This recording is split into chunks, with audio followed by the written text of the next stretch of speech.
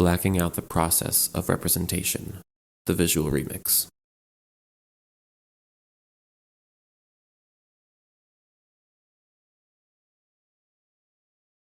Contemporary artists Mark Steven Greenfield, Alexandra Bell, and Hank Willis Thomas present remixing as a critical African diasporic visual code. Examining ways that Greenfield, Bell, and Thomas's differing bases for their respective remixes inform their critical interventions is instrumental in the process of developing critical race visual literacy when examining conceptual, visual art in the 21st century.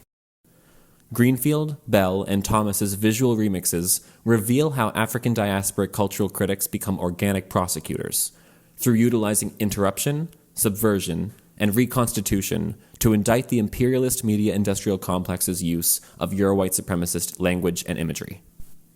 Greenfield's Black Atcha uses visual remix in the form of an overlay to subvert white supremacist imagery to indict the entertainment industrial complex and the invention of race.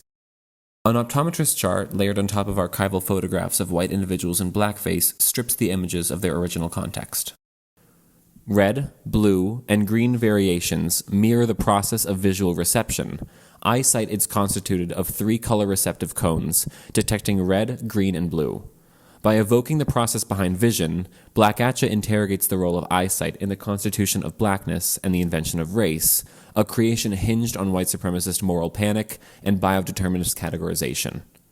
Red, blue, and green variations further interrogate continuous representations of blackface in the digital age of imperialist, capitalist entertainment by mirroring LED displays.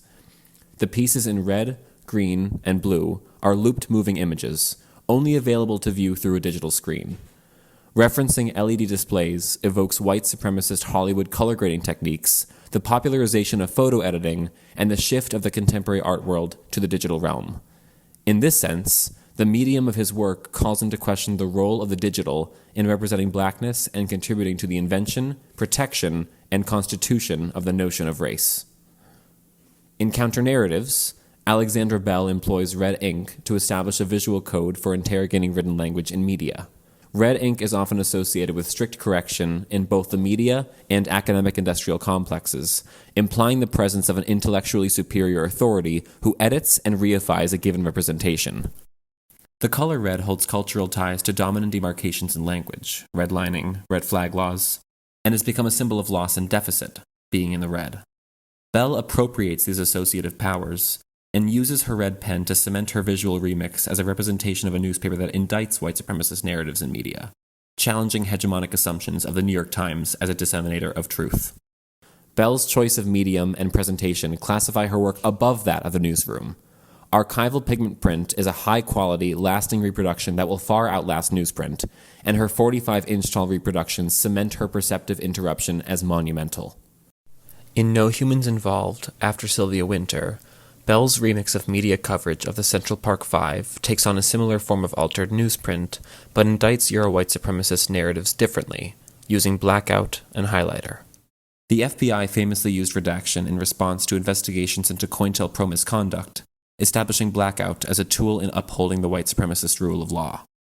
The FBI recently used black ink obfuscation as a tool in obscuring their execution of Fred Hampton, the chair of the Illinois Black Panther Party.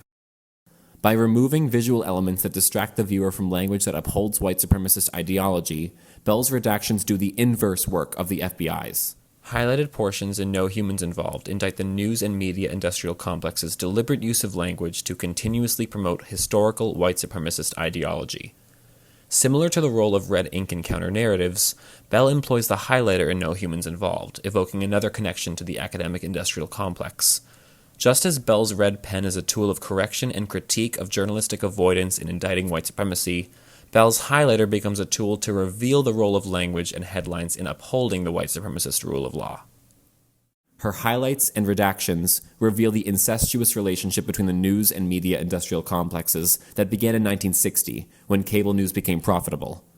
Under imperialist corporate capitalism, private ownership of news companies and free market journalism ensure that the products of the news industrial complex uphold the systems responsible for their emergence. A critical outcome is unlikely. By revealing the role of media in upholding the white supremacist rule of law in a case predicated on false charges of rape that resulted in the wrongful legal conviction of 5 black men, Bell is literally highlighting a modern continuation of a historic media practice. White supremacist summary law and a moral panic threadbare lie that white women were being raped by black men enabled white vigilantes to publicly lynch black individuals with no legal repercussions in the 19th and 20th centuries. White supremacist media narratives invented and enforced this moral panic, scaffolding the threadbare lie using the same linguistic weapons used over a century later by the Daily News, physically highlighted by Bell in No Humans Involved. By visually interrupting media representations in counter-narratives and in No Humans Involved after Sylvia Wynter, Bell creates a visual code for interrogating the role of media representation in upholding the white supremacist rule of law. Hank Willis Thomas's I Am a Man consists of 20 canvases, with acrylic textual paintings that exactly replicate the stylistic representations in the Memphis sanitation strike of 1968. The remixed imagery, born out of the African diaspora, alters the original language, evoking movement shifts. Thomas gives the original imagery 19 new lifetimes. 19 of Thomas's representations differ from the original sign, and the linear organization of the display evokes a timeline. The timeline begins with the I Am 3/5 Man panel, visually and historically situating the viewer in the context of 1787's 3/5 Compromise, which used the white supremacist rule of law to legally and numerically subjugate enslaved individuals by proximity to whiteness. Thomas's linguistic remixes visually deconstruct an invented biodeterminist notion that one can be legally constituted by fraction. The painted statements, "Be a man, ain't I a woman," "Who's the man," and "You the man," interrogate heteronormative patriarchy by highlighting language that upholds masculine patriarchal values as aspirational ideals. His linear timeline ends with the statement, "I am, Amen."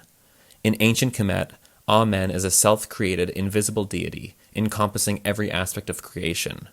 In Hebrew, Amen means "so be it," or "certainly."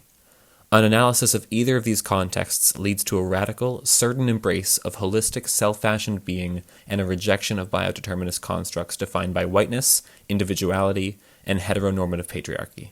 Each conceptual visual remix works together to highlight how media, news, and the law uphold Euro-white supremacy, imperialist corporate capitalism, and heteronormative patriarchy. By visually illustrating how these systems sustain the invention of race through media representations and the white supremacist rule of law, Greenfield, Bell, and Thomas create an African diasporic conceptual visual code for critical race theory.